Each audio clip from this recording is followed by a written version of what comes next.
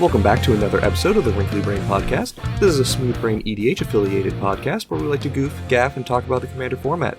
I'm your host, Jason, with my co-host, Cameron. Howdy. And our guest this week is our WrinklyBrainEDH castmate, Cody, coming back for another round. Hello, hello.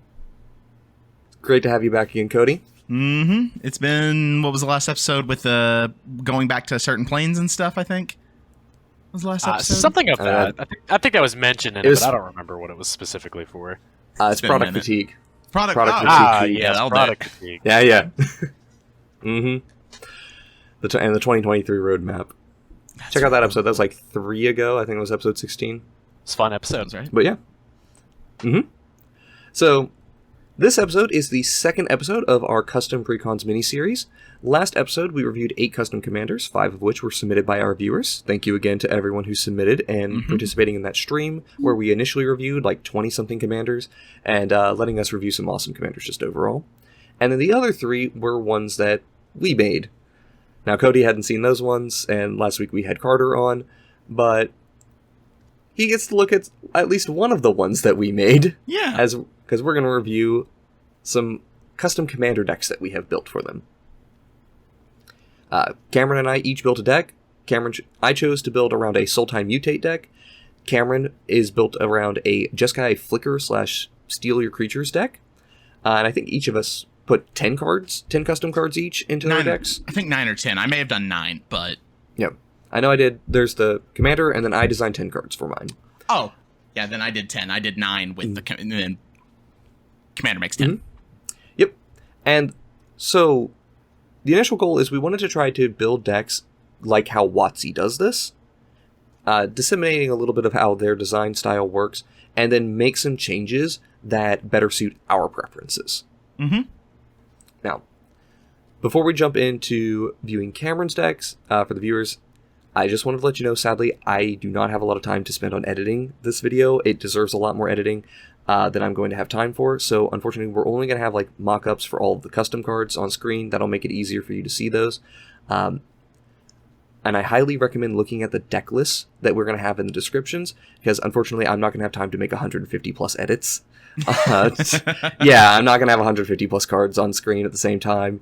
I wish I could, but not going to have the time for it. But while you're there, why don't you look at that description there, like, comment, subscribe, let us know what you think about what type of custom commanders you'd like to see. Give us some cards, mechanics, everything you'd love to see out of a custom deck. Mm-hmm. And if you want to see that, we may have talked about it in our last episode. So if you're just hearing this one for the first time, go listen to our last episode. Mm-hmm. All right. Now let's start with Cameron's deck featuring Othneil, Asker of Favors. All right. I'll start by reading off the commander, because some people haven't heard this commander. Othneil, Asker of Favors is a card I designed. It is 2 blue, red, and white for a 2/4 legendary cat wizard that has the ability, at the beginning of combat on your turn, exile target creature an opponent controls and return it to the battlefield under your control. That creature gains haste until end of turn, and at the end of combat, return that creature to the battlefield under its owner's control. My main goal with the deck was to make a really fun Jeskai Blink Steely deck. Steely decks can kind of get on the fringe of unfun, so I wanted to make sure that it was kind of hard to keep the creature forever off of Othneil. It's not impossible, especially out of a Precon. You don't want to create those kind of bad play experiences, with people playing Precons often being their first experience with Magic. And as I said, Jeskai has only really had Precon as its Blink option, which is a Blink deck, but like doesn't really facilitate the Blink strategy. It's more of just kind of wacky combat adventures. Yeah. Space Bellerin. You hurt me. So I wanted to make a deck that fit into the Jeskai Blink archetype. My main goal was to not really care about winning. I know that's kind of sacrilege to some people. My main goal in Commander is to do something cool at least once per game, and then if I win, I win. If I don't, I don't. And so Othneil kind of does that. Like, Othneil's not really going to win you games on its own, but it can really create some memorable moments within games of Magic. So also, going from there, talking about some of the custom cards, do y'all just want to go through the custom cards or the whole deck, or what do y'all think? First I was going to say, like, yeah, Jeskai Blink plus Steel. Like, yeah. we said it before in the previous episode that that's a natural fit for this color combination.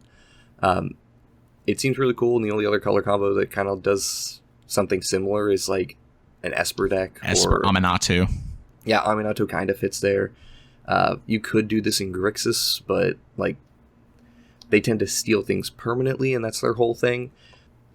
Letting you take it and then give it back, this feels very much like something that fits Jeskai, and I think it's a really good take for an entry-level position as well. Like, hi, I would like to apply for Commander with my Jeskai Precon, but it feels like a really good spot to start. Yeah, and I know we've lamented on how Jeskai hasn't really had a really unique identity. You know, it's kind of just been non-creature .exe. So this seems like a really fun take on it. I do have a question, though. So I have two questions. Yeah, what's up? So, I want to talk about the commander first. As you know, we stated before, I was on the stream for reviewing custom commanders. And so this is new to me, but I wanted to ask you two things. First off being creature typing. What made you choose cat and wizard? Specifically want to know what made you choose cat. Khajiit has words. Okay, all right. Coin. Smooth answer for me. So to be fair, I did not give a whole bunch of thought to the cat or to the creature typing. Cat seemed like a really fun one for like playful, like steely stuff, you know. And Jeskai wizard just fits Jeskai very well as well. Yep. Second thing is specifically it says at the end of combat, return that creature. Why? What made you choose combat versus end of turn? Because a lot of these effects, like Thassa, specifies at the end on your end step, return it to the battlefield under your control. So if I did it at the end of turn, it would be a lot easier to keep those creatures permanently. So because you blink it with, and it comes back, it's a new entity under your control. So I wanted to make it more difficult, but not impossible, to keep the creatures forever. Just as I said earlier, like the unfun play experience that can come with people playing Precons for the first time, but also, to be fair, this is kind of a niche rules interaction, so there's no guarantee they'd get it right. But if they do, losing a creature forever can kind of be a feels bad, and like I personally don't have a problem with it, but I know some play groups do. Like within the deck, I did make ways to keep those creatures forever, like Ghostly Flicker. So that is the reasoning as to why I did it at the end of combat. Okay. Yeah, I was just curious about it. I knew it was a very unusual wording on a card, typically, that we don't see. So I wanted to see what the reason behind that was and how it balanced into how you designed this deck. Yep. Okay. So do we just want to move on to the general design of the deck and like some of the includes within it and why I did that? Yeah, let's talk about it. Okay. So as I said, this is kind of a Jeskai Blinky Steely deck. So you have a lot of the really good blink payoffs. The first one that comes to my head is the Muldrifter effects in a blink deck. You know, enters the battlefield, draw 2 cards, or draw a card. Things that are really good to blink, get value out of long term. Also, Muldrifter is really cheeky in that you can blink it with its evoke trigger on the stack if you have one of the blink spells in your hand. So you can get it for reduced cost and draw 4 cards, which is, you know, that's why I play commanders, to draw cards. What's this ending the game thing you're talking about? I just want to draw cards, dude. That's my goal. So yeah, and some of the cheaper ones like Wall of Omens and Fairy Seer doesn't draw the card, but that's a really good 1-drop in a blink deck. So you have a lot of those creatures, and then you have several of the blink cards. Ephemerate, I don't know if that's ever been in a Precon, but Ephemerate's excellent as a blink card, probably the best in my opinion. It's a card that definitely deserves a spot in the deck. And then I think I put Momentary Blink in the deck's another one. A little overcosted on the back end with the flashback, but it does its job. And as we said, we were designing this as putting ourselves in Wizard's shoes. So a couple like big omissions would have been like Teleportation Circle. And I'll get as to why later. I'll finish with what I did include first, not what I excluded. And then I wanted to put some of the fun counter spells on creatures. That's one of my favorite things, is countering with creatures as like with a blink spell. So I put in where is it? Draining Whelk and Voracious Great Shark. Okay. Both good cards. Good. Playable. And then I wanted to include some graveyard hate, so I did the Angel. I always forget its name. I literally have the list up. Where is it? Angel of Finality? Thank you. Yes. Graveyard hate. And yeah, so if you want to look at some of the ways to close the game. So I included where is both Diluvian Primordial and Molten Primordial are very good blink cards. Some of my favorites. I love the whole Primordial cycle. One of my favorite cycles in general. But I mean, it's a pretty not generic, but it's a blink deck. Do y'all have any thoughts, comments, concerns? I want to do that before I get to the big reprintier cards. I've got a comment. Sure. For those who are looking at the deck list, I am assuming that the 9 Almighty Brushwags stand in place for the custom cards.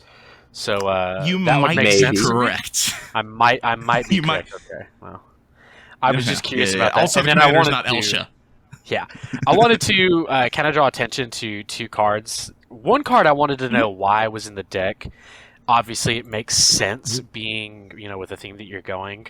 The other one, I like that you added. Dax Duplicate, a really fun card that I like. Has Dethrone, it makes a copy. I think that's a really cool card. You can blink it, do certain things, or however you want to do. A card I wanted to ask you if you thought maybe was too strong, or if this was a niche pick, is Charming Prince. So, I think Charming Prince is a really good low-end card for these blink decks. Being able to blink off of another creature, I don't think it's too strong in this deck personally. I also like how it's a Flicker Wisp effect, how it's at end of turn, so it's less abusable, Yeah. And it's life gain, and in these Precon decks, life gain can matter, and also Scrying 2 is relevant. You're probably using it mainly for the third ability. Yeah. But it seemed like a really good middle of the road card for a blink deck as far as like reprints goes and power level goes. I feel like something you could do with this, is that with Charming Prince, if you soul bonded it to like Deadeye Navigator, you could really have a really strong ability to just dodge removal very quickly. Having that, you could, for 2 mana, you could remove it. With Charming Prince's ability, you could bounce it using Deadeye, then it enters the battlefield, exile another target creature, you could dodge removability, and then you could set up to pair with something else. So it's not like you're set to just stay attached to one thing. You definitely have your options of dodging things, and a lot of instant speed interaction to provide this deck a lot of resilience, it seems. This is my overall look at it as somebody coming in. If I was being sold this Precon, I think that would be something that I would think looking at this, like, hey, this is low to the ground. It's got a lot of resilience. This might be something I'm interested in playing. Yeah, well, thank you. One of the things, with that is like, I know you said you were a little weary of that combo, like it seems good. It is 8 mana to get that assembled, like, to be fair, over a couple of turns. As far as Precons go, I think that's well within the power level. Like, it is on the higher level of things that Precons can and should do, but it's not. I tried to not include anything with Deadeye that like went infinite. Notable exclusions include Peregrine Drake. Yes. Dockside, things like that. Dockside's not in this deck. But yeah, I like Voracious Great Shark as well. I just like 5 mana, 5/4 shark with flash that counters target artifacted creature. That's just it's something. Oh man, I'm so tempted to open a can of worms. All right, we're opening a can of worms. Go for it. All right, so notably, there is no Dockside in this deck, right? Yes. Is that opinions on Dockside as to whether or not it should have been in this Precon? Obviously, if Deadeye Navigator's involved, you can't have that. No. But Dockside should never have been in a Precon overall. Hot take. So, as we said, coming from the WotC perspective of designing, Dockside was probably a mistake from the get-go, and it would make sense to put it in this deck if you were going to put it in a Precon, but not even bringing price into it. I just hate the card at a power level. I don't want that kind of power disparity within a Precon. Soul Ring's one thing, but having a dockside loop with, not even loop, just being able to blink it once or twice off of these things, because I'm not going to take out my Ephemerates and my Ghostly Flickers. Those can't go. So if I'm putting dockside in that deck, that can create some really unfun board states within these Precons. And the goal of the Precons is to have a similar-ish level of power, across all of them. Like, there's obviously some that are better than others. But that's probably... I honestly did not even give thought to including dockside in this deck. Yeah, fair point. I don't think it should be in the deck either. But it's also... It could be a stance of, that card's too expensive to reprint, which we can get into a whole conversation on price considerations. I did... Well, that's actually a pretty good segue, unless anybody has anything else to say. No, I don't really. Nothing that is about the deck, and solely the things I have to say about dockside. So I will be silenced. So I did want to move into the reprints. Obviously, within these Precons, there are some reprints that I don't want to base them on price, but I would be lying if I said it wasn't taken into account a little bit. More so, like, I'm going to start with Venser the Sojourner. That is a card that has not been printed. Has that ever been reprinted? I don't think so, to my knowledge. It was in a dual decks, I think. Dual decks. So, Venser the Sojourner is the first card that came to my head when I wanted to include a reprint within this deck. It really does exactly what the deck wants to do. It's right in line with it. I don't think the power level on Venser is egregious or anything. It's just... It's a 5-mana blink sometimes, and we know how volatile planeswalkers are in Commander. They generally don't last but 1 or 2 turn rotations. So the card is... It is okay if I bring price into this, correct? Yeah, go for it. Okay. The card's like $10, right? Ish. 8, 9, $10. So hopefully reprinting this in like a mass-produced Precon will bring it down to like 2 or 3, which is where I think it should be. Yeah. It's a fine card, but it's not something that I feel like needs to be $10. Mm-hmm. Another, I think we touched on this earlier. Deadeye Navigator was one of the other ones I thought about when wanting to include a reprint. I had to be very careful with Deadeye Navigator as a card within this deck. It still could be argued that it is too powerful for this deck, and I would not blame you. Cody was kind of on that. But... Within this deck, I have not included any way to go infinite to my knowledge. If I'm wrong, yell at me. I'm good at putting accidental infinites. See our My Baba Lasagna video with Phil Gallagher. I did not mean to put an infinite in that deck, but here we are. Oops. It happens. But Deadeye Navigator, 6 mana. It's really good at what it does. Rebuying all of these enter the battlefield triggers, and as Cody said, if you put it with like a Charming Prince, you can technically like soul bond it to anything you want, anything new that you want. Yeah, I will say one of the other things I like. So Deadeye has this really interesting tension in this deck, as one being a very powerful card, but 2, it is one of the ways for you to permanently steal a creature. Mm-hmm. But to do that, you need to have your Deadeye Navigator in play, not soulbound to anything. Yeah, that's... You generally want to soulbind it to something when it enters play. It is a May. But... Because then you really open yourself up to getting blown out by playing the 6-mana 5/5 that does nothing. Yes. So, I kind of like that. I'm going to be honest, that wasn't one of my considerations, but I really do like that tension. Mm-hmm.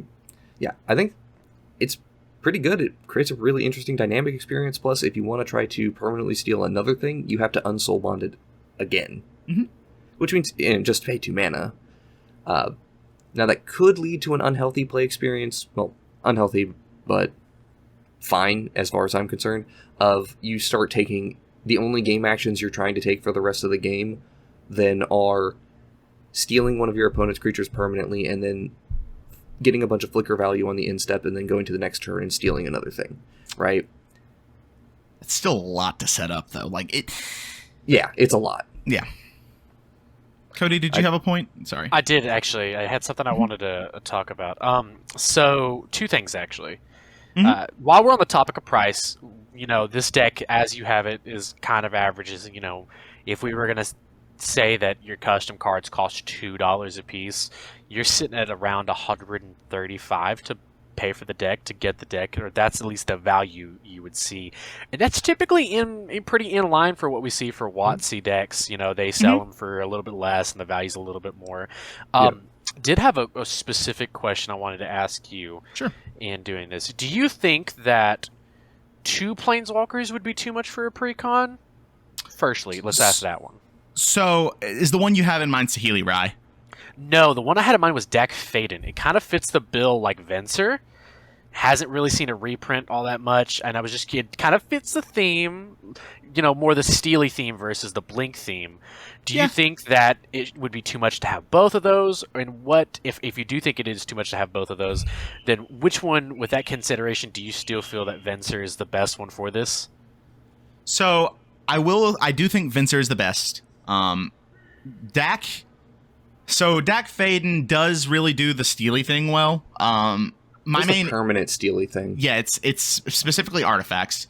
My only issue with Dak Faden is that it can kind of be too easy to do the Steely stuff. As I said, I don't have a problem with it, but I know just permanently stealing something for 3 mana for a player buying their first Precon, and they're sitting across the table from 3 other people, they draw their freaking Soul Ring. It's their Soul Ring, dude. And it gets stolen. Like, it's something I take into account.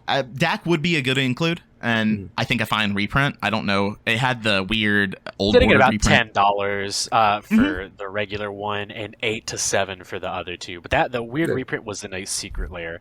The only other copy would be Eternal Masters, and then the Ravnica edition. Coming back to your point, would 2 Planeswalkers be too much? I really don't think so. I think 2 Planeswalkers is fine. Like, I did consider Saheeli Rai.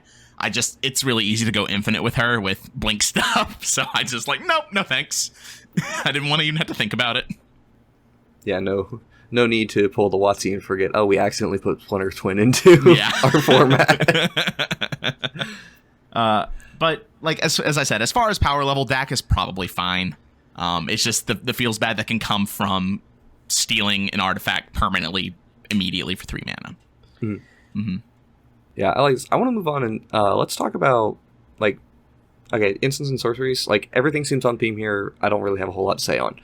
I do have something to say on the artifacts, because you included one very special artifact in my heart. Yes.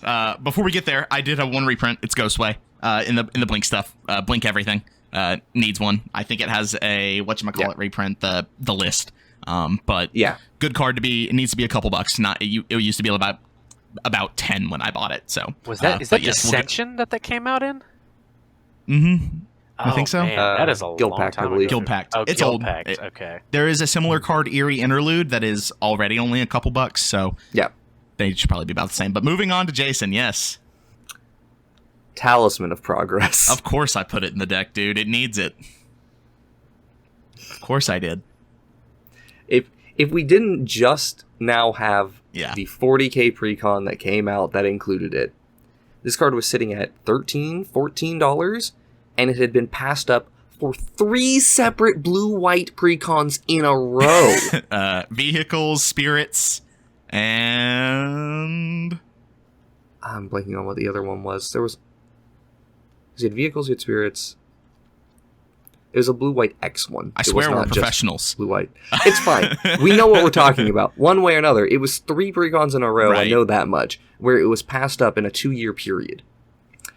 There was no reason that it was weird that Talisman of Dominance took so long to get a reprint. There is 0 reason for Talisman of Progress to have taken this long. Yep, and so...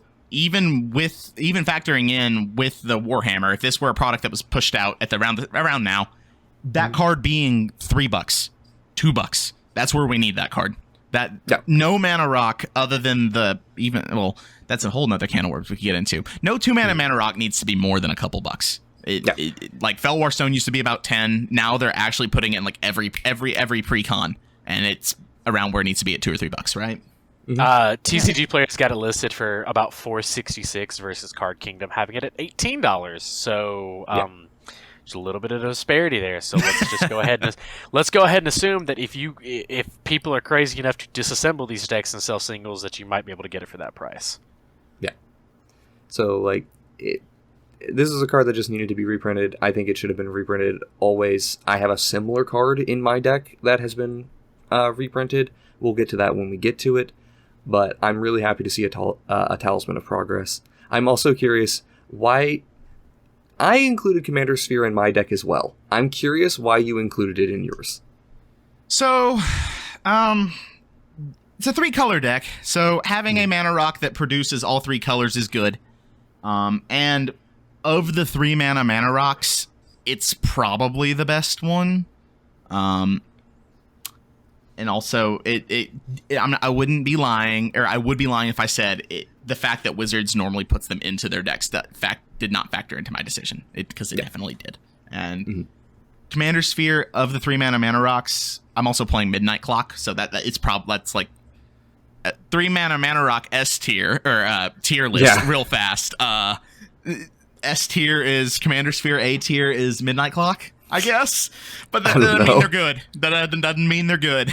But yeah, it helps the mana a lot. And Chromatic Lantern as well on the 3 mana. I could have done I did think about Cromlom. Yeah, Chromatic Lantern is a card I would like to see in more Precons as well, if we're going to include 3 mana rocks. I put it in mine, despite being in a green deck that does not need access to a 3 mana rock.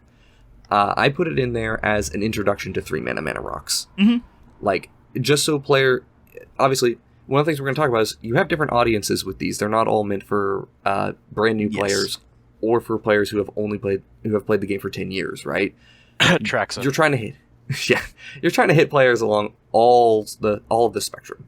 So, I included Commander Sphere, despite actively hating this card, because it is a 3 mana rock, and people need to have the experience of playing with a Manolith to see where they like it and if they're okay with it. Jason's trying to convince everyone that 3 mana rocks are booty. That's why he put it in his deck. He wants to show them how bad it is. This is my crusade. Yes. I could have put more 1 mana and 2 mana ramp in my deck, but I chose not to. Same. I wanted to make sure. Like, I did. Same. 2 more reprints I want to touch on. Panharmonicon. I thought it was actually a little more than it was. Thank you.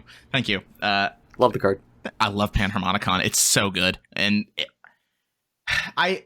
some people have the impression that Precons shouldn't be able to do powerful stuff, which is just wrong. You want people to have those level up moments that Jason has spoken on in the past, like, that's like week 1 or 2 of our Precon level up moment being like, oh shit, this card can do that and that.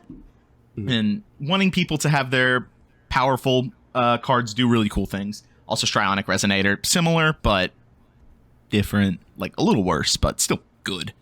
And Flame Shadow Conjuring, which is just a really fun. You steal your opponent's creature, get a copy of it. Yeah, for red. And Panharmonicon specifically, like if we're talking about how Precons are kind of like a gateway, this is absolutely a card that can port over when that player makes their individual deck, when they make their first deck. Panharmonicon, it does a lot of great things that somebody may see a commander and go, oh, hey, wait, I have a card that doubles those triggers. And then they, they start to brew, and Precons aren't meant to just take it solely and just play that deck. Right. Some are. The 40k decks are, absolutely, because, 40k, and it's a Universes Beyond product, but that's different. Precons are the gateway. They're meant to teach, and then once you've played it a couple times and you understand interactions a little bit more, you look to really have solid cards that can port over into other decks, and I definitely think Panharmonicon was a great addition here. Yeah. Clock. I think it's really good. And then mana base is pretty cut and dry. I did include the Adakar Waste and Battlefield Forge as the pain lands. I didn't do Chivalry for whatever reason. I think it was just that they normally don't put all 3 of the pain lands in the 3-color deck, so I was like, I won't either. Yeah. One criticism here, you have 20 basics in your deck. I would have gone a little bit lower. Lower? Fair. Yeah, I probably should have included some... Yeah, what's up? Myriad Landscape is in this deck. Yep, they put it in every Precon, so I was like, fuck it. Eat your heart out, Ethan. I just wanted to piss everyone off, and I did it. Mission accomplished. We got him this time. We did. But do y'all have any more comments on the main list before we get into some of the cards I made for it? Nah, let's look at custom cards. Heck yeah, dude. Let's talk about it. All right. First card that I came up with is, these names are pending. I'm sorry if they're cringe or bad. Naming cards is hard, guys. Believe it or not. Yes, it is. So first one is Light Spray Angel. It's for 1 in Jeskai. Whenever Light Spray Angel enters the battlefield, it has flying too because it's an angel. Whenever Light Spray Angel enters the battlefield, draw a card and deal 2 damage to any target. You gain 2 life, and it's a 4/4. So Jason actually pitched this idea to me, and I was like, oh, I really like that. That it makes sense with the color identities: blue, draw a card; red, deal the damage; white, gain 2 life. It's draw a card and Lightning Helix. In these types of slower, more controlling, value-oriented decks, gaining 2 life actually matters a fair bit, especially if you're going to blink it or get it multiple times. So you will see that add up, and it meaningfully change the board state. It's also just, Lightning Helix kind of effect. So, yeah, this one isn't as controversial. It's just a good solid card for a good rate. Yep. All right, this one, Grathnar, Bulwark of Theros, 5 in a red for a legendary creature, Minotaur Warrior, with trample, and it's a 7/4. Whenever you deal combat damage to an opponent with a creature you don't own, that creature does double that damage instead. And for 4 in a red, gain control of target creature and opponent controls until end of turn. That creature gains haste until end of turn. Activate this ability only as a sorcery. So, I didn't include any alternate commanders, but I did want to design one more legendary creature. Because I really like the red, impulse steel. I don't know what that's called, but I'm going to call it impulse steel. Threaten. That's really I didn't know that there was a word for it. It usually called either a threaten or a threaten or a treason. Treason. Yeah, treason. So there hasn't really been a red treason commander I can think of. I guess you could do Kedis. But no, that's only commander creature, so that doesn't work. Never mind. But wanting to do a treason commander that also works within this deck. And this is what I came up with. Dealing double damage is fun. As we said, doing powerful things is really fun. And this also works with the commander really easily. Yeah, best I got is Zara the Pirate from the original Commander Legends, who show and tells creatures from your opponent's hands. Yep. That's the closest I got for it. It's pretty good. I like this. Minotaur set review guy is just having the best time right now. I also really like the word bulwark, so I just wanted to include that the best I could. That's a pun. Didn't mean to make it a pun, but that makes it so infinitely better. Thank you, Jason. This is my new favorite card. Minotaur Bulwark. Huh. Bulwark. I was going to say, I could hear it now. Cameron playing the card saying, man, this bull is putting in work. Yeah. Yep.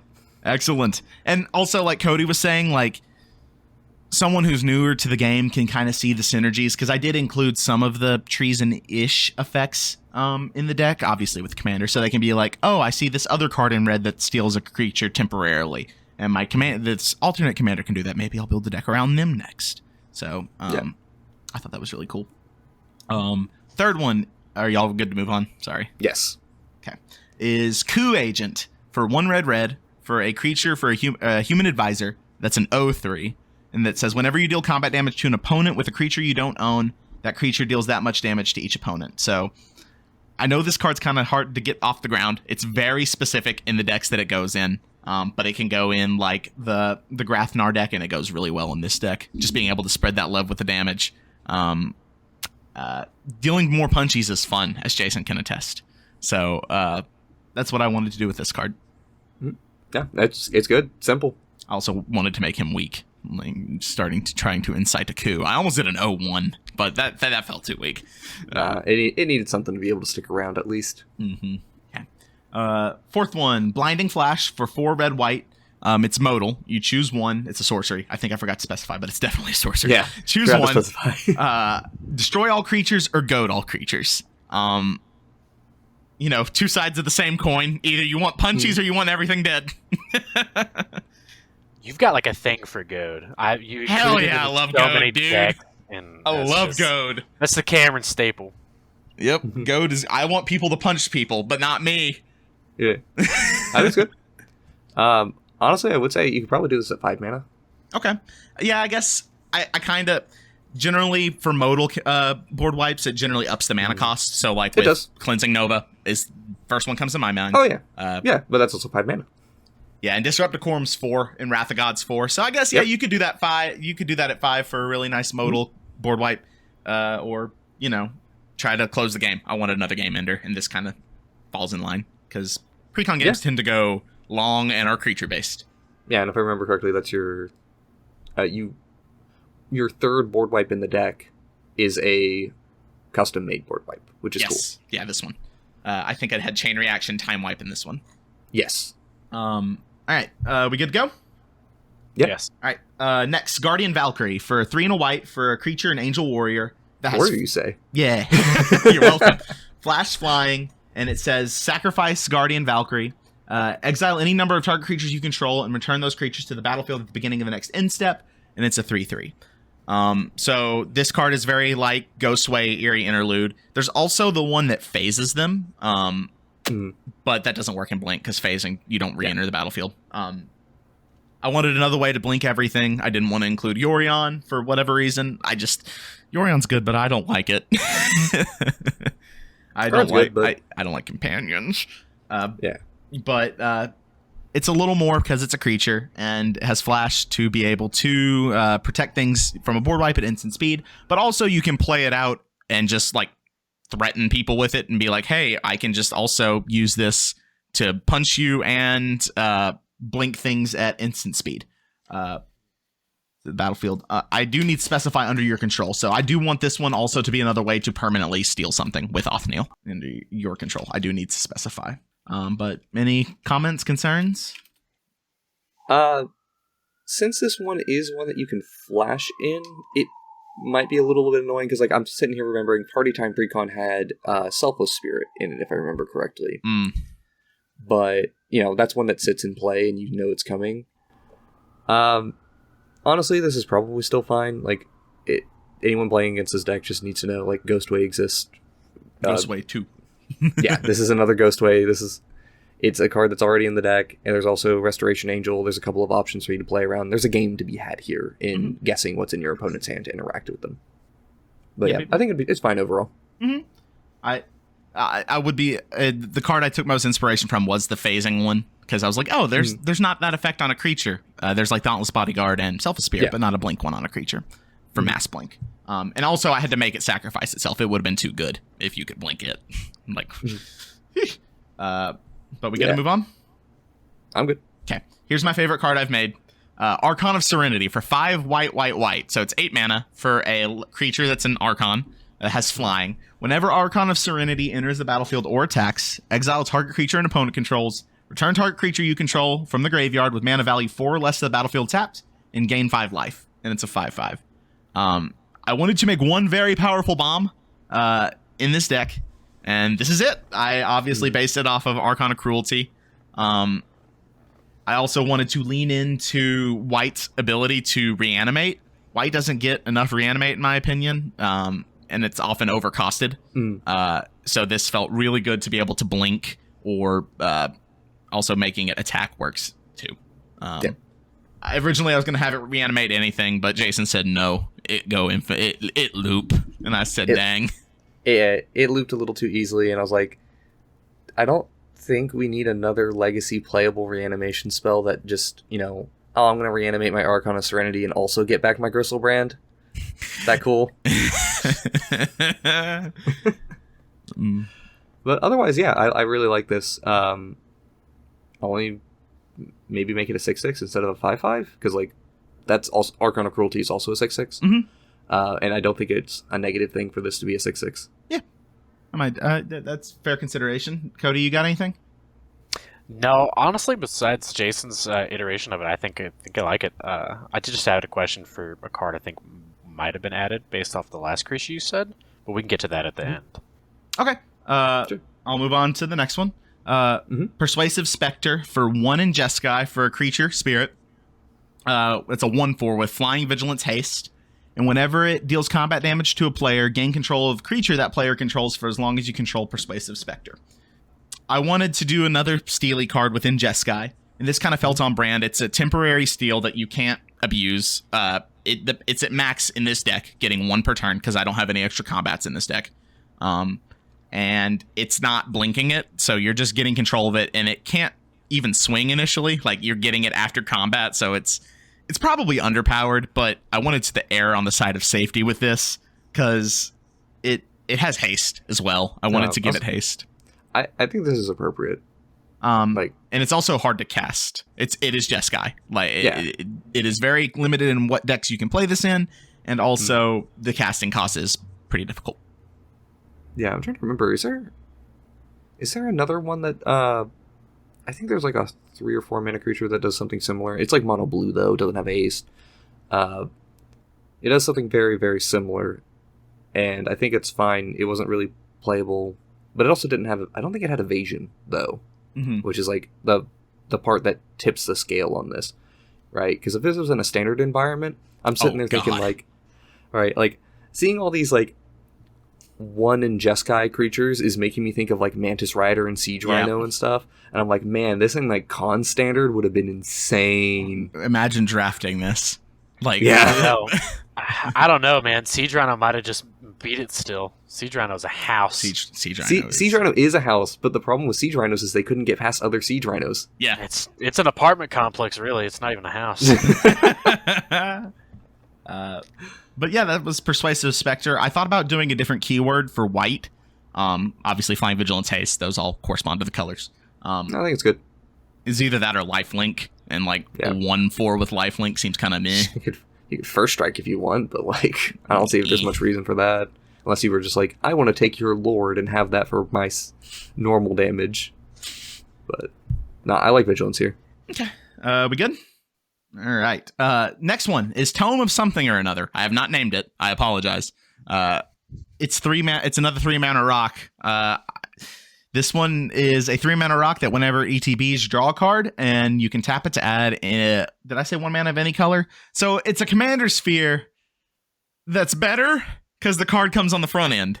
I was worried that I might be making this too powerful. What are y'all's opinions? It should be fine. Okay.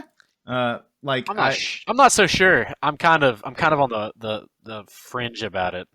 Fair. One thing I thought about doing to balance it is making it only out of colorless, which I think would be appropriate. I think that's probably better. Yeah, I think I'd be a little bit more inclined to see that and not assume that it's just a little too strong if it was specifically just colorless. I just want to include another artifact that, like, an artifact you could blink with Ghostly Flicker or something that, you know, you're able to get some kind of value off of it. It's not, obviously this isn't breaking anything. It just seems solid. A mana rock that replaces itself. It's probably fine. Like, in the casual spheres, it may be pretty good. I'm not sitting there thinking like, oh boy, how am I KCI looping this thing? I think for the most part, it's fine. Thoughts about maybe instead of doing that, having like an Arkham's Astrolabe in the deck? Do you think that would be something you could do? Kind of give you a draw card? The only issue with that is like, I mean, I know you could design your own Arkham's Astrolabe, and that exists at 2 mana at Prismatic Lens, right?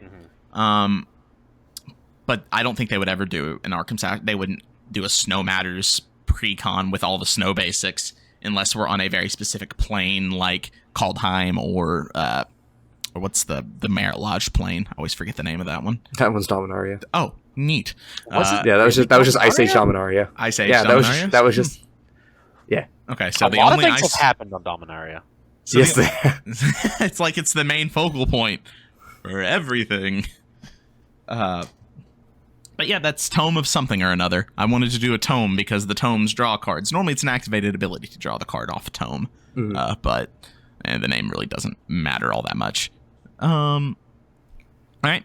Next one, second to last one is the Welcoming Council. For 2 and a white, it is an enchantment. The wording is a little wonky on this, so I'll try to get it as across as plainly as I can. Whenever a creature enters the battlefield under your control, if it has a triggered ability, that ability triggers again. So what I'm trying to do is double up triggered abilities for specifically enter the battlefield triggers for creatures under your control. I know that there is a better way to word that, but I don't have the mental capacity to do it at the moment. So quadruple Panaharmonicon with Panaharmonicon out, basically. Yeah, that's fine. We live that life. Is that fine? It would be triggers an additional time, like how Panharmonicon does So a double. No, it would triple triggers. It would triple. Yeah, you would get 3. I'd be fine with that. I mean, it's very good. yeah, it's very good. Yeah, Very I good. feel like how much mana was it again? 3. 3.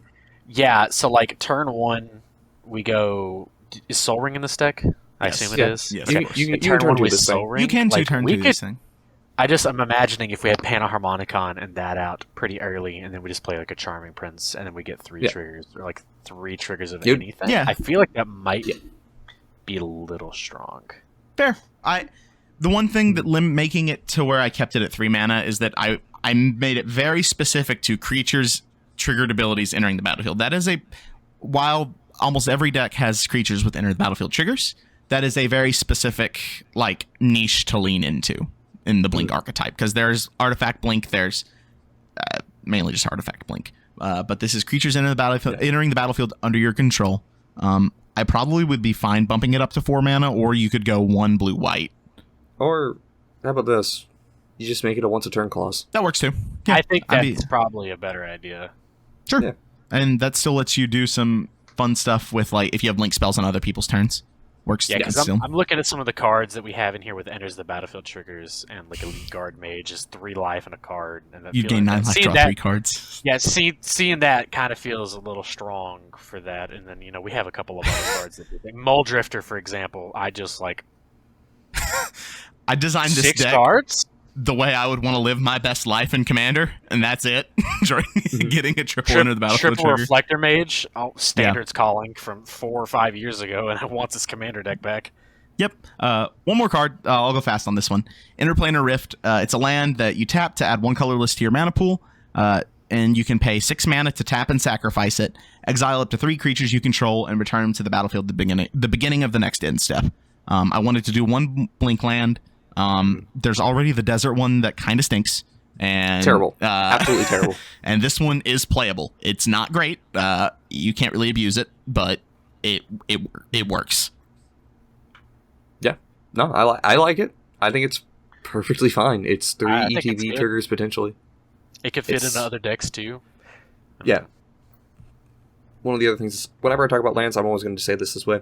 I always factor in the tap ability of the land itself, counting as paying towards the mana cost. So this is functionally 7 mana, sacrifice a land, blink 3 things. I intentionally made it. I had to make it tap itself because I wanted that to be like prohibitive of the cost of it. Is making it, as you said, basically 7 mana.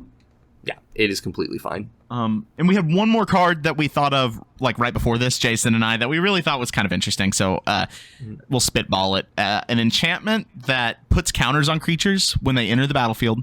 Creatures enter the battlefield with a certain counter, and you can remove that counter from that creature to have the enter the battlefield trigger. So you could potentially get some ETBs at instant speed that everybody can see coming, but you can do some fun play with that. The wording and mana on it would be weird. Yes. But yeah, I think we're with that. I think we're running the course of very possibly breaking a multitude of different decks, outside of just the Precon. I think that allow. How much mana was it? 3. We have not. We didn't even get to that. It would need to be a large, like 5 or 6 mana cost before it would be functional. Because I was thinking essentially 3. I was thinking 3 mana for the card, 4 mana for the activated ability. Yeah, that might be okay, but I still think at some point, it's coming, but if nobody has an answer to it, it'll likely, outside of this Precon, when people factor this in other decks, it's gonna it's gonna break it somehow, some way. Yep. Yeah, potentially. Hey, I would like to just trigger my Dockside Extortionist a second time. Thanks. Hey, did you know that this Panaharmonicon plus this other custom card plus this Spitballed card triggers like 1 billion times? Enjoy this Dockside 90 times. I said I just want to live my best life. I just want to abuse into the battlefield triggers, man. Dockside triggers wants to be done. I'm not Docksiding follows looping. up with a Deadeye Navigator. I just want to draw. I just want to draw 10 cards off of one Mole Drifter and sit there and just enjoy myself drawing 10 cards. I don't even need to win. I just need to draw the cards. Don't we all? Real quick before we close out this deck, I did have one last question. Go for it. And I should have mentioned this earlier, but I didn't think about it. Consider that smooth brain for you. Teferi's Protection. What was your thoughts of not adding this back in a deck? It kind of fits the bill like Dockside. It was originally a commander card. We didn't see it reprinted until here, recently. This kind of does the same thing. It's phasing, so it's not blinking. What was your reasoning behind not including that? I already had enough ways to kind of dodge board wipes, because I know that Teferi's Protection has a lot more play than just dodging board wipes. But Teferi's Protection seems really powerful in the Precon sphere. I know it was in a Precon to start, but it was in the Vampires one, to be fair, which is already one of the most busted Precons to ever exist. So, go figure. That I gave away for... by the way. Yes. Another consideration was where I was at with the price was already kind of the range I wanted to be in before the factoring in the custom card prices, So adding a Teferi's Protection, while, reprint wise, it probably is needed. It also doesn't fit into the blink theme. Like, blink and phasing are two totally different things. Where, like, I can see where new players would think that phasing would work like blinking, but it doesn't. The best way I've ever heard phasing described to me is you put a bowl over it and just pretend it doesn't exist anymore. And then when it phases back in, it exists. That's it. Yeah, that's how phasing works. Worth noting, it does take its equipment and auras with it, but that's about it. Tokens can also phase. They come back in. Yep. It's weird. Very. It used to not be that way. Really? Interesting. Yes. I think it was Sapphire Charm was used as an answer to Merit Lage. It was interesting. That's fun. But yeah, do y'all have any wacky time questions, comments, concerns on my deck before we go to Jason's? Nah, I like it. The only thing I would is a couple more dual lands. Yeah. I'm pulling up and looking at like the mana costs and the actual value of the deck as well. Looking at this, like, it's a $70 deck roughly. $6.50 of it were on the mana. Like, we can probably improve it there a little bit. But I can. The mana base was not my main priority. I probably should have devoted more time to it. That's my fault. But that's the deck. Good. Yeah. Any thoughts? Nope. Thank y'all for your comments. All right. Let's move on to mine. So, my deck is a Sultai Mutate deck with Silar Zoggoth Hermit, who was designed by Draos 8351. So thank you. This is not my own custom submission, whereas Cameron used his own. I've got somebody else's. Silar is 2 generic, a black, green, and blue for a legendary creature mutant druid with a mutate cost of 1 in Sultai. Says, whenever you cast a creature spell, you may create a 1/1 black, green, and blue mutant creature token with ward, discard a card. And its ability is, other main ability, is if a creature you control mutating causes a triggered ability of a permanent you control to trigger, that ability triggers an additional time. This is Mutate Harmonicon. And this creature is a 2/3. So, I really like the design of this. In the previous episode, I gushed over it quite a bit, talking about how I hate Mutate as a mechanic, but this made me rethink Mutate as an entire mechanic. So, what I wanted to do with the goal of this deck was to make Mutate great, because holy crap does it suck. It struggles. This is pretty top-down of, I have a mechanic that does not have enough support, and I need to fix it. Yeah, this commander really, really helps that, like, on its own, being, like... It does a lot of the lifting on supporting the mechanic all by itself. Yeah. By adding a whole lot of extra value to these overcosted effects, you're able to make Mutate relatively good. So the main problems with Mutate, because this is what I'm trying to address, are we are all in on one creature pretty consistently. Mutate costs are expensive, or the effects are just not worth the price in terms of mana. Mutate creatures are missing a lot of key interaction and effects. It's very easy to run out of steam with Mutate decks. You're pretty good at getting a lot of resources into play, but like cards at hand, you're not too great at. And your opponents or rather, your creatures often stop scaling because they just take the highest power of the biggest creature. And that's it. Yep. So, I'm going to talk about the things I tried to fix first with the custom cards, because, lo and behold, this is a mutate deck. There's not a whole lot of, like, super fancy... Like, I included, like, 19 mutate creatures before we got into the custom cards. So, like, so much of the space is just spent on the 40 creatures that are here. Right? So, let's just jump straight into talking about the custom cards and how they're trying to solve these problems. Awesome. So, my favorite design in the entire deck that I did is this 1-drop blue creature. By the way, I didn't name my things. Cameron did a better job.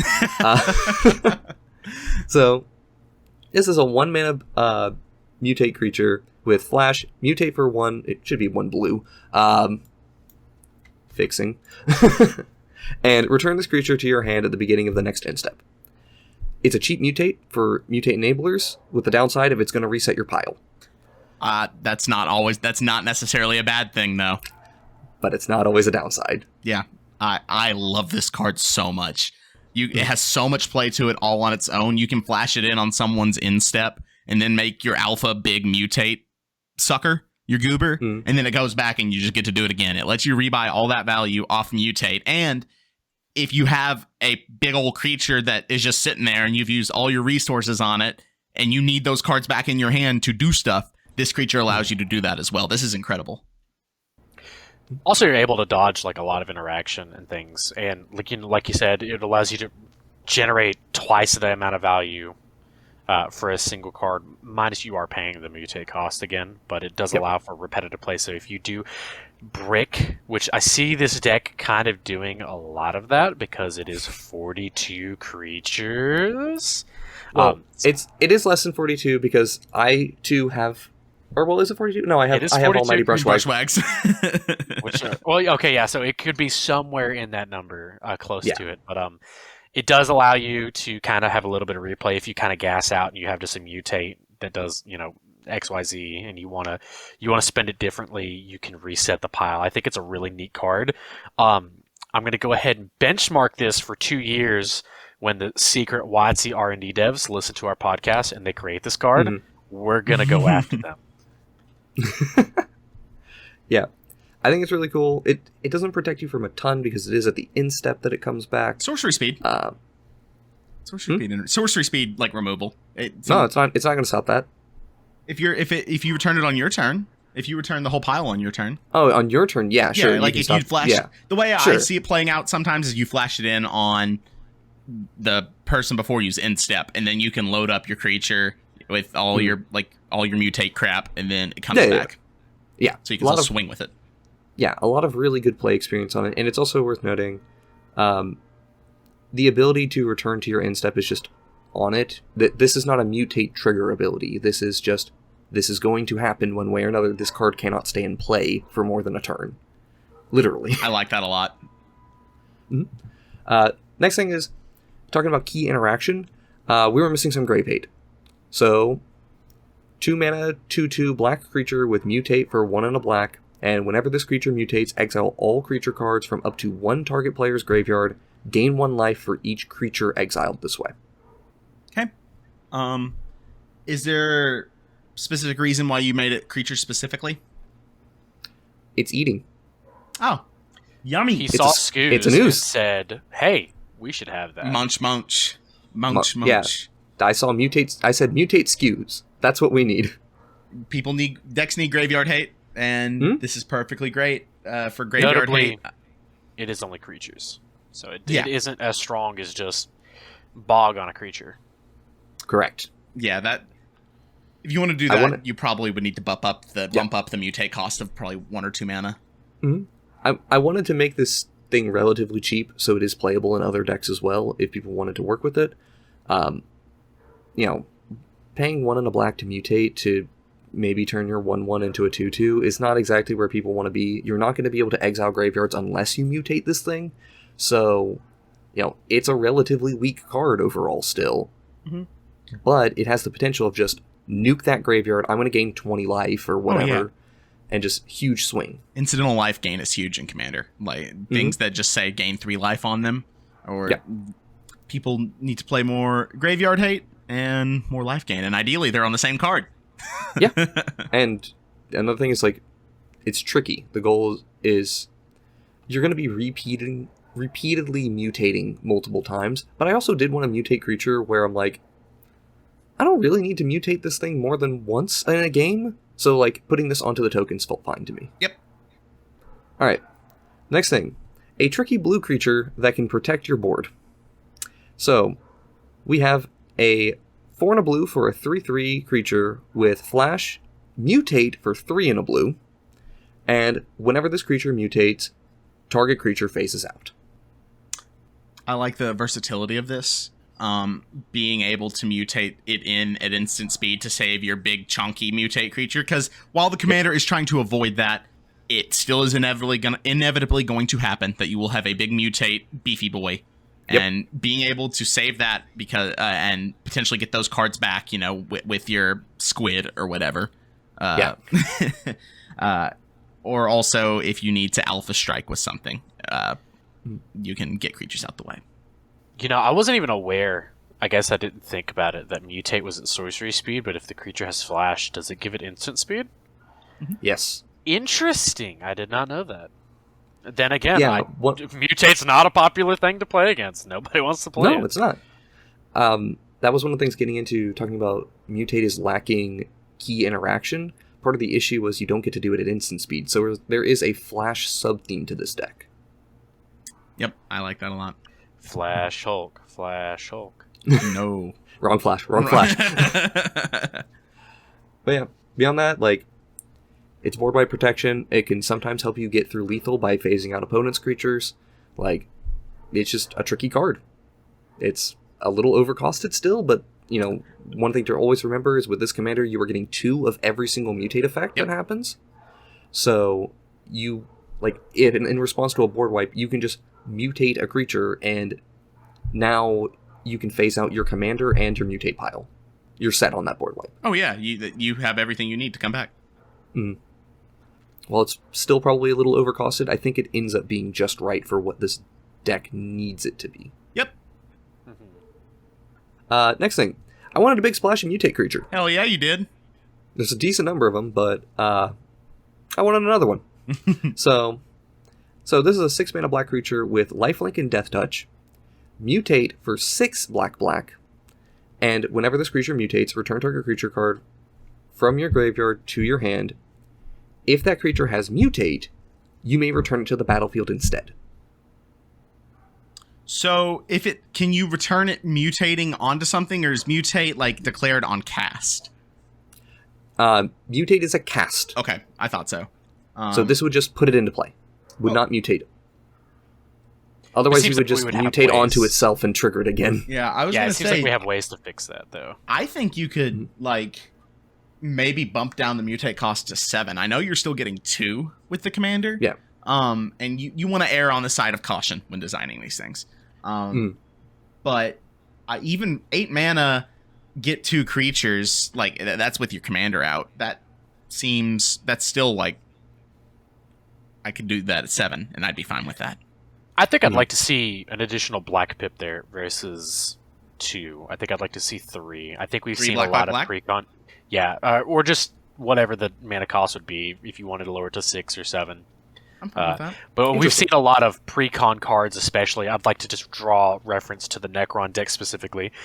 They have a lot of cards that are, they're in black, and a lot of their big splashy cards are 3 pips. Obviously, True. we're in a multicolor deck, so I feel like that may be hard, but that may be something to balance it. Maybe the cost is a little less, maybe the pips are a little more, and it finds that niche where it needs to be.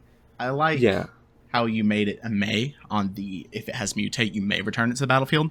Thank you for that, because one of the big upsides of this card will be getting those mutate creatures back into your hand. You may not even care about it being on the battlefield, which is relevant to why it maybe at 8 is a good mana cost. I still think you could go to 7. Like, big powerful things are fun to do, and even as a 6, like, if I don't know if you included power toughness anywhere. 6/6, okay.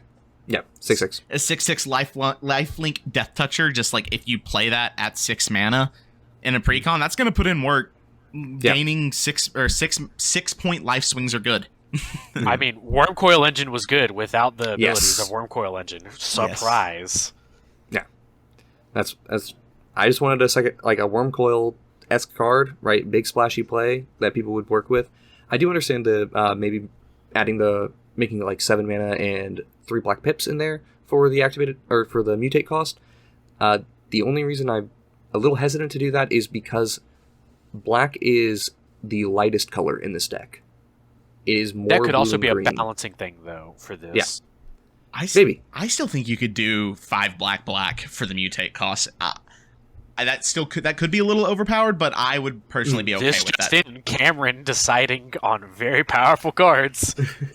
Even then, it's like this is very specific to this deck. You will not play this card in any other deck. So excuse you, my Godzilla deck will be seeing this large worm card. Thank you very much.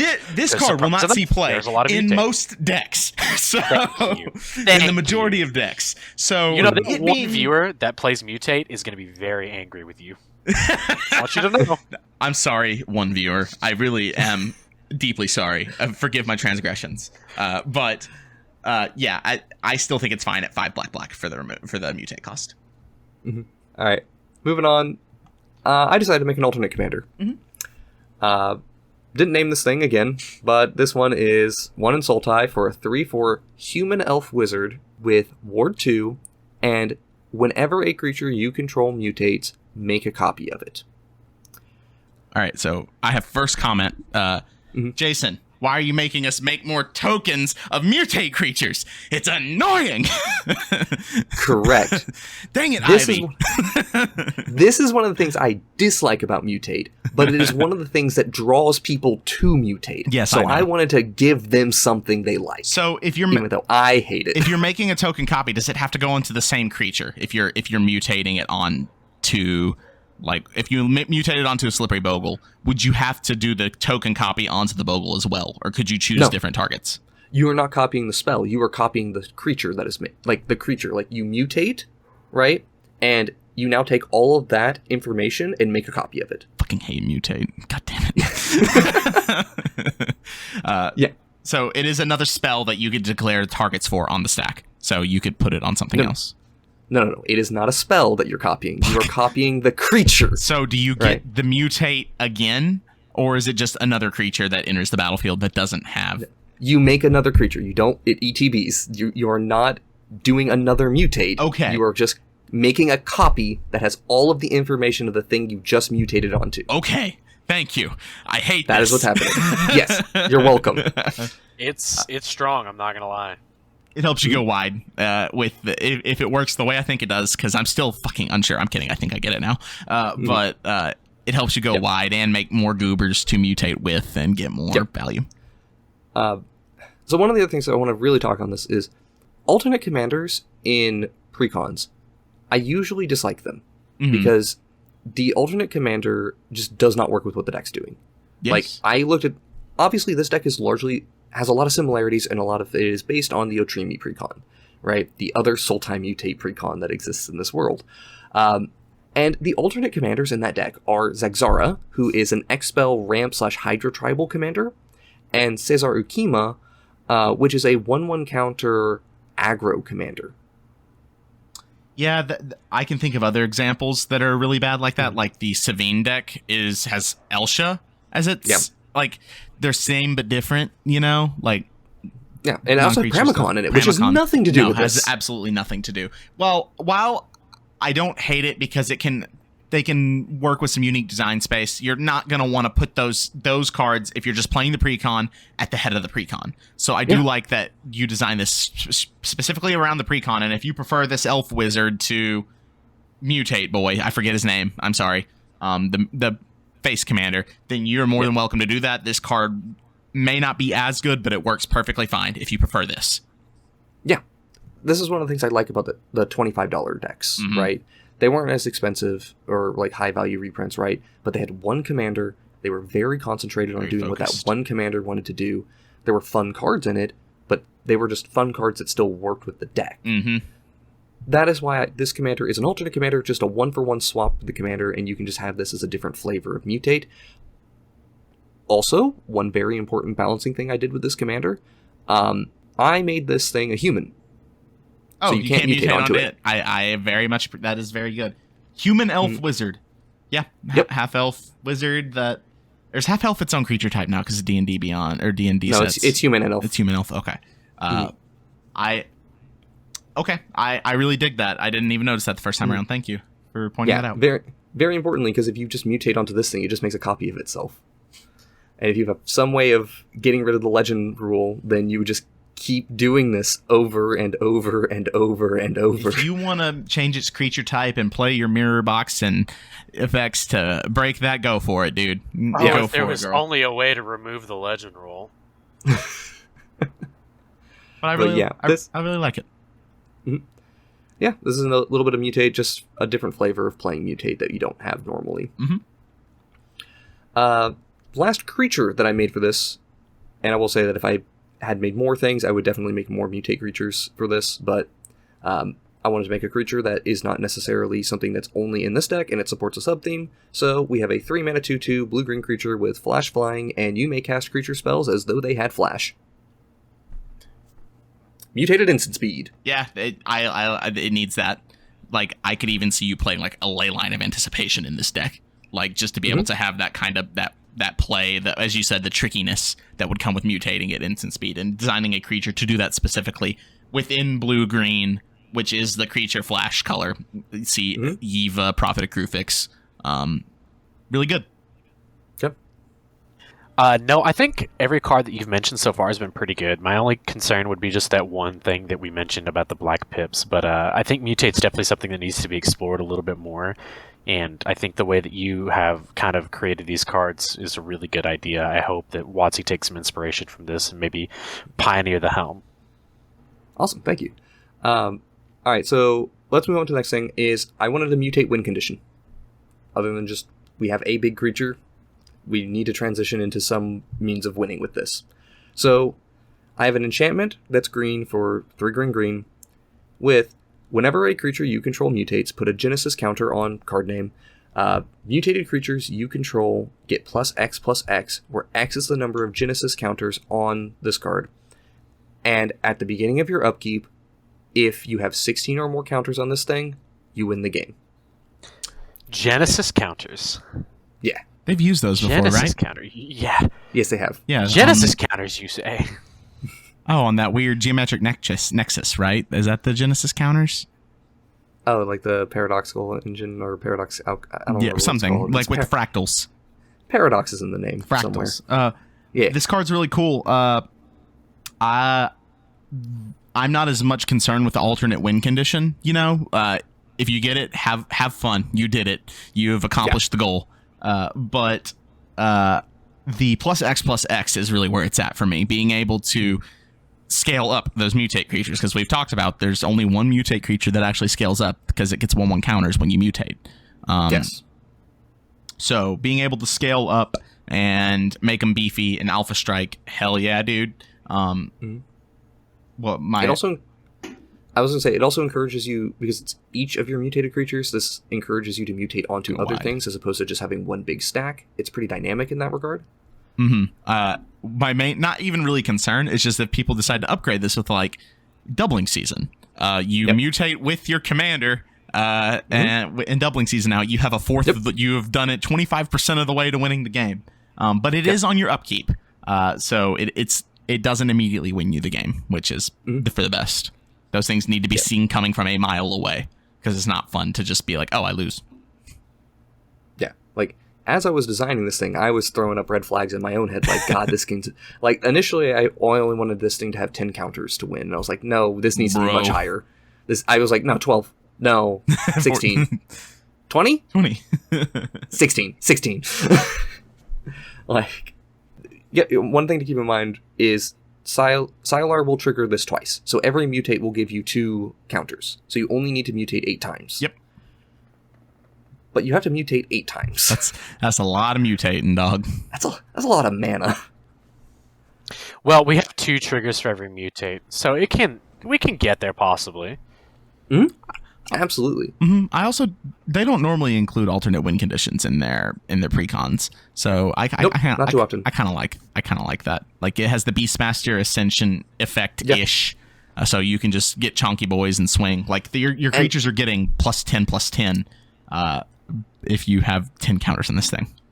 Yeah, I'm glad you brought up Beastmaster's Ascension, because that is the card that made me think I can do this and it be safe. Yeah, they've put this in precons. I should say they've put Beastmaster Ascension into precons. And this is a slower version that only rewards your biggest creature, so to speak. And at the same time, though, it makes that one creature an overwhelming force. Which, that's something that a lot of green players, that's going to be something that they really like. But I'm still, I am concerned that it is broken, because I'm also, I want to try to do things with 1/1 counters as another way of pulling mutate to have that cross synergy, and that would put you in the realm of proliferate. And I'm like, oh, would a proliferate creature be a good one to put in? Oh, can't do it here. No, not in this precon. But yeah, but I like the mana cost. Seems appropriately costed. It's a 5-mana enchantment. It's fairly expensive, and it's a do nothing enchantment. By that I mean the turn it comes down, you're probably not getting any value out of it. So it is a long play. I put in my notes here, it's a card that says you win the game that creates a real sense of urgency, and those are fun. People know this is the drama. Here is my drama. Feed me. Yep. All right, moving on to the next card. I wanted a legacy playable card. It's like it's your favorite format, non-commander format. I do love it.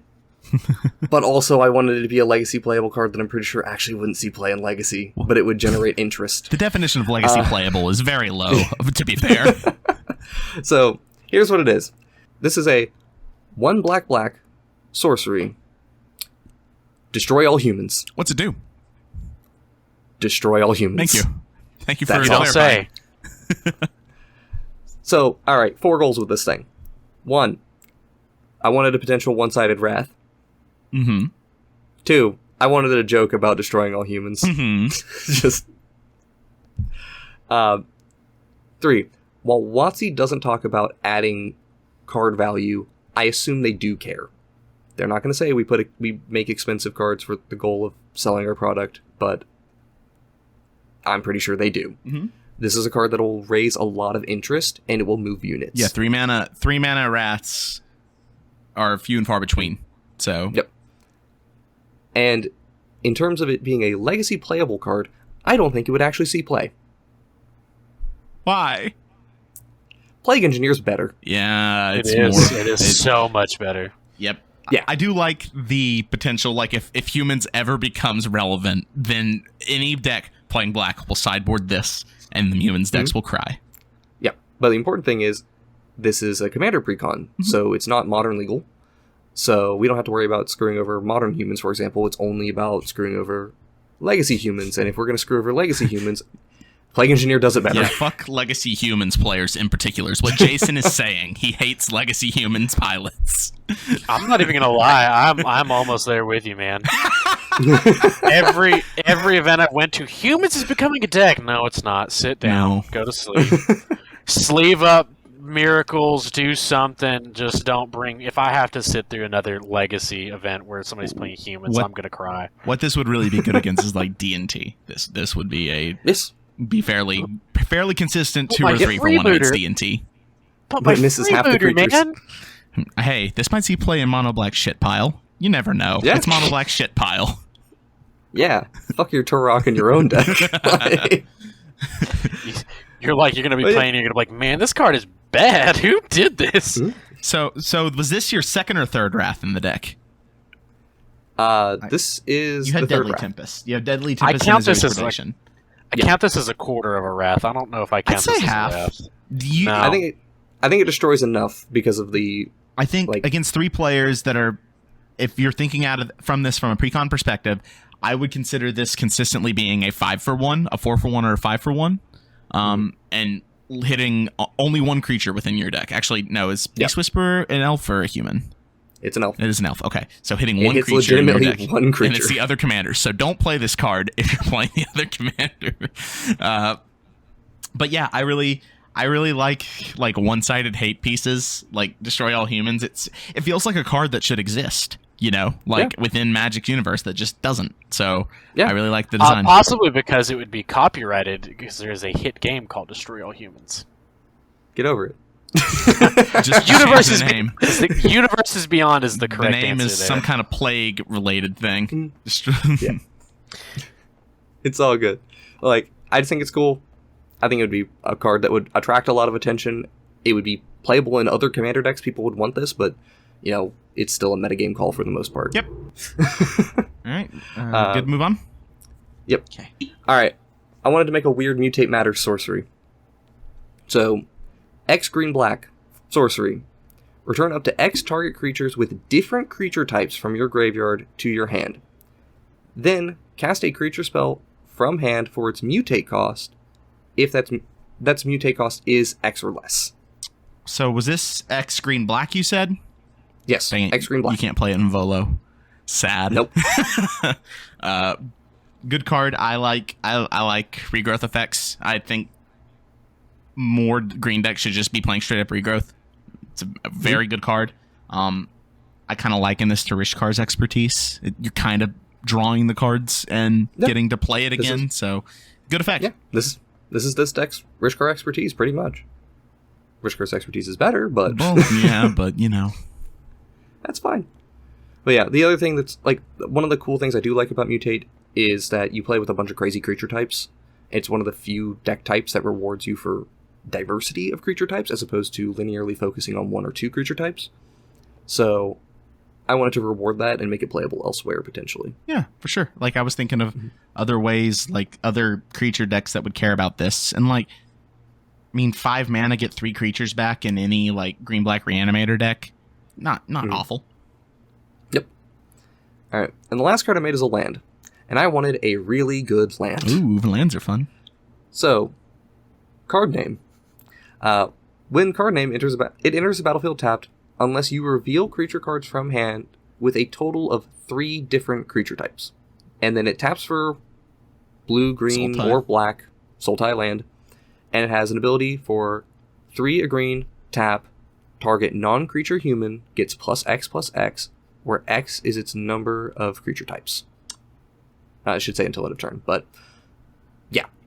Okay, so I really like this land. It reminds me of Kessig Wolfrun ish.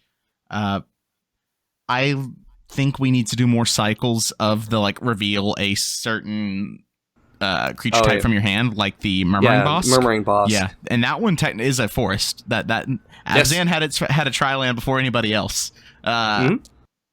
Did you want to include this having the basic land types? Nope, Okay. didn't want it fetchable. Okay, fair. The reason I didn't want it fetchable is because of Legacy Infect. Ew. Thank you. Oh my god. So Wait. in a perfect world, if you were able to get every creature out, you would give a thing +29/+29.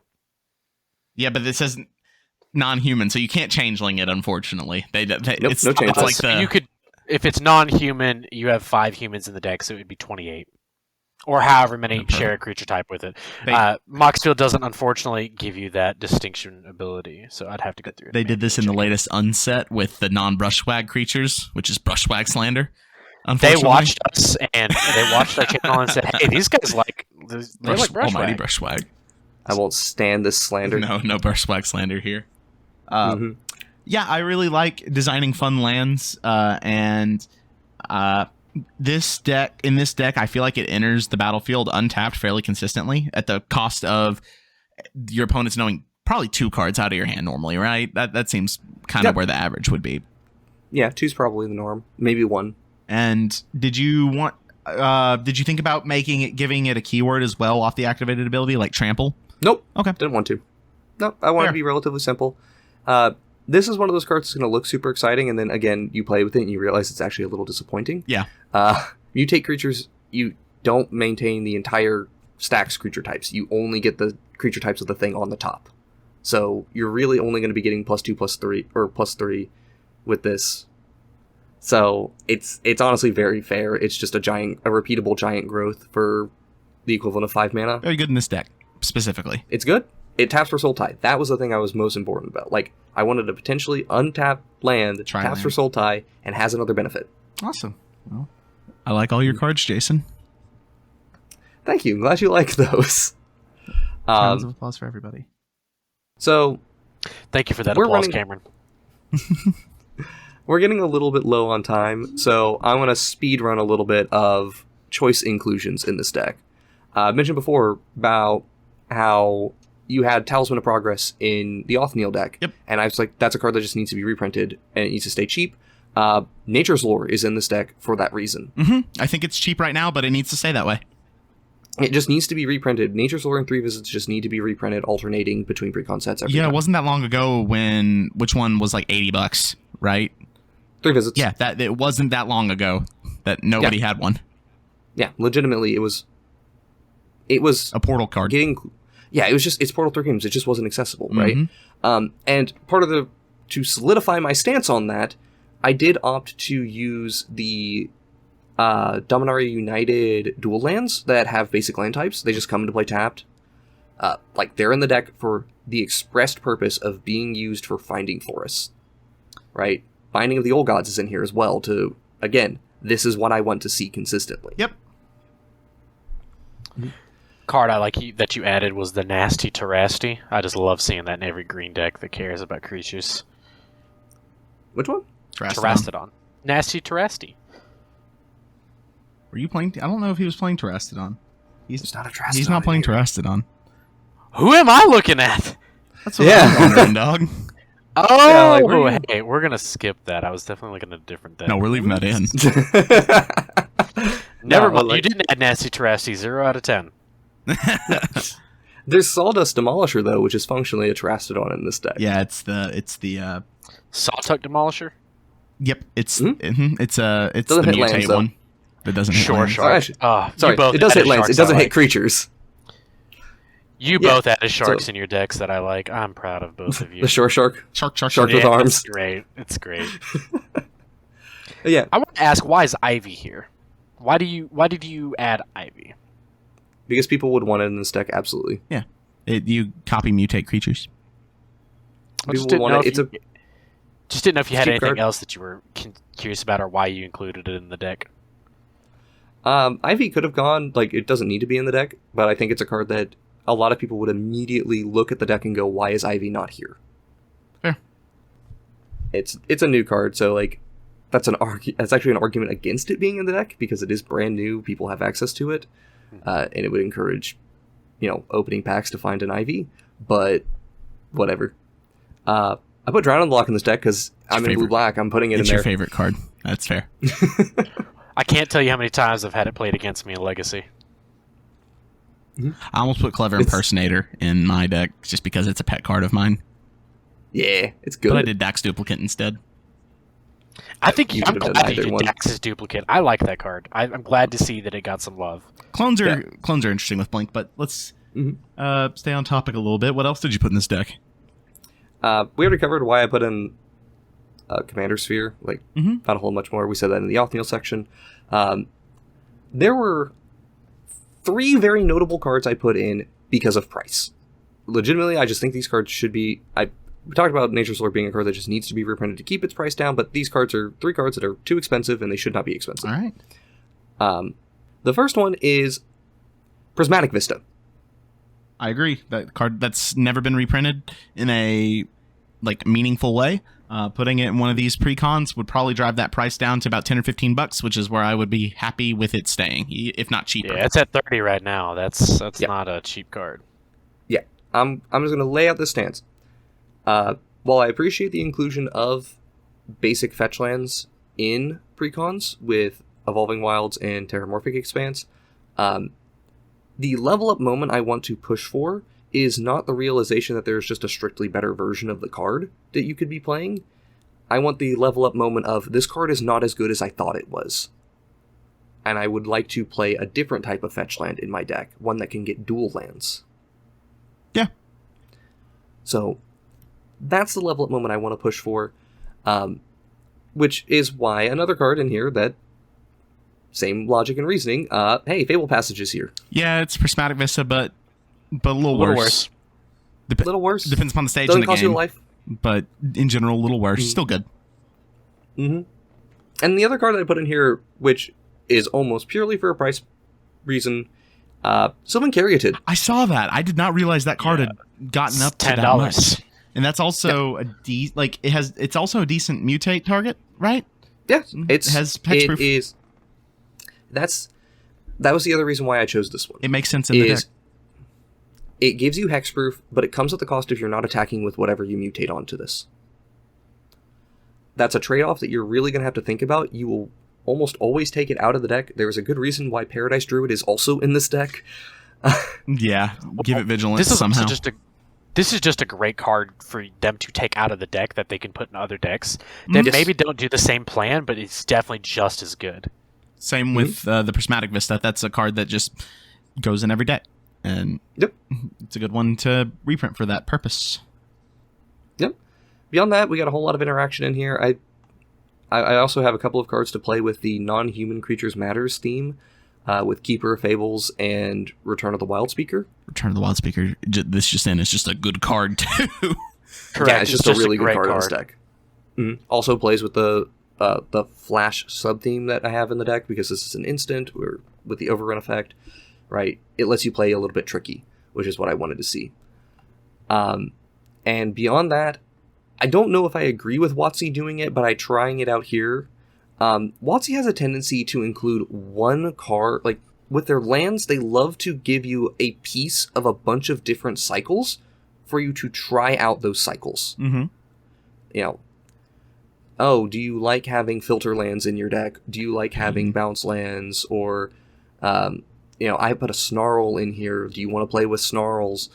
You got Sunken Hollow in here, even though that's just still the only one of that cycle that I could put in here, which kind of sucks. I would much rather have had different colors. I would love that cycle to be finished.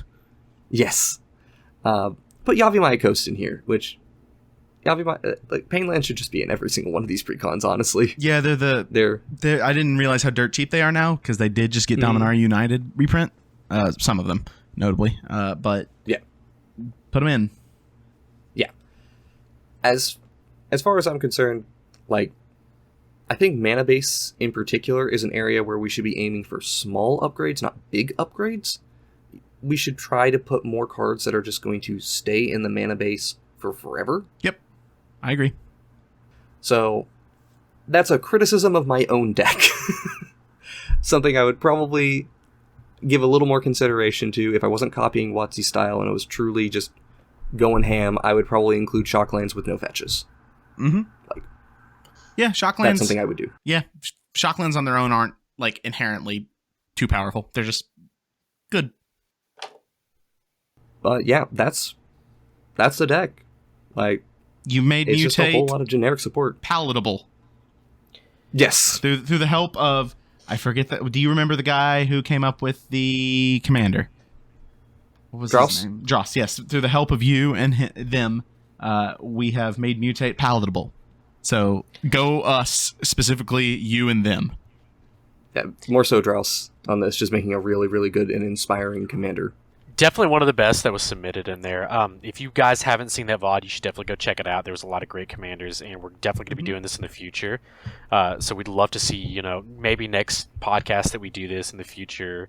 If we choose to do this, you might see your own commander on here. But back to the deck real quick, I definitely just want to say that, you did one thing in specific that I really like, Jason. You added a ton of cards that are just go great in other decks. I don't want to bore people to death with saying it, but there's Shriekmaw, Rex Sage, Mole Drifter, Keeper of Fables, Llanowar Elves, Elves of Deep Shadow. There's a lot of cards, or Beast Whisper, a lot of cards that do really well in other decks. So that could definitely be one of those level up moments that you were talking about, where somebody plays these cards and they realize how good they are and slot them into another deck. And over time, because Precons, like we said, are the gateway to getting into Commander, as we see, and for them they have to have adequate steps to learn, and these cards really help people's progression through understanding what's best and what's not to play, or what's not best to play.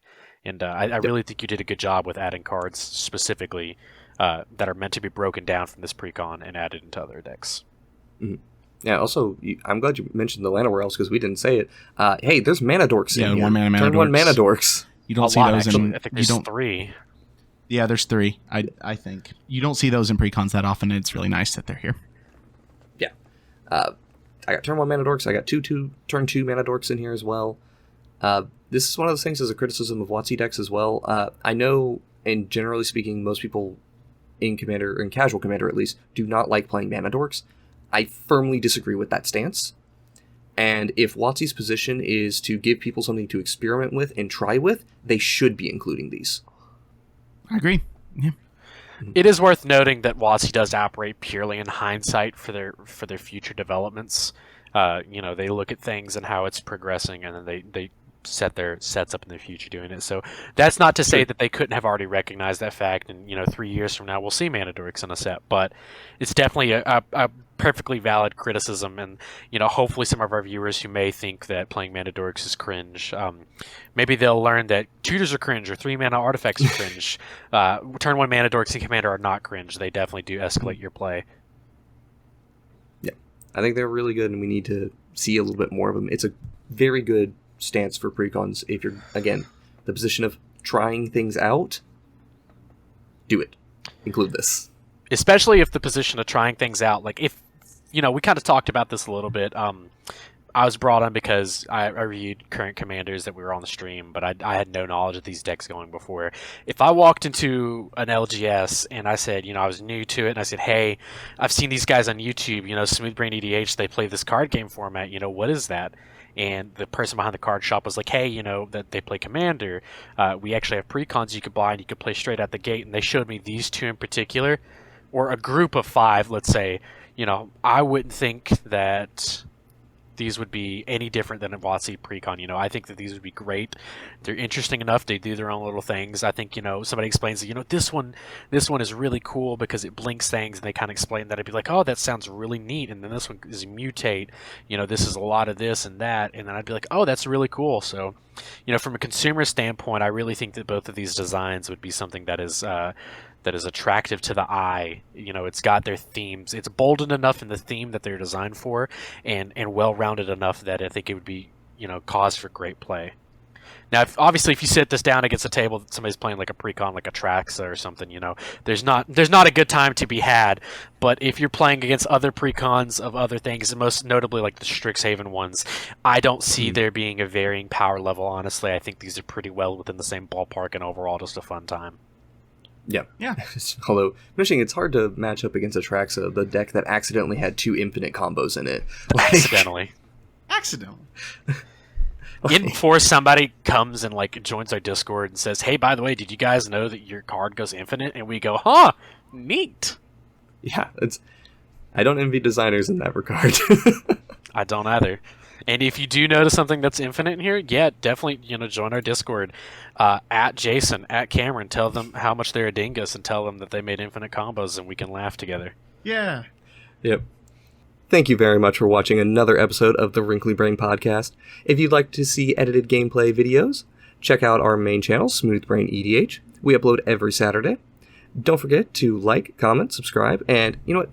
When you give us a comment, let us know what you think. We really like it when you guys talk with us directly, and you can do so through our Discord comment section. And if you're really interested in supporting us financially, you can do that through Patreon. All the links are in the description below, and we have a link to our Linktree. So, we're hoping to do one more episode on building these custom Precon commanders, but we'll have to see how... we have to finish up a few things on our end to make sure everything goes right, so it might be a little while before then. We'll probably have 1, maybe 2 episodes in between before we revisit this topic, but we really hope you guys enjoyed this topic today. This has been Jason with Cameron and Cody. Thank you all very much for watching, and have a great day.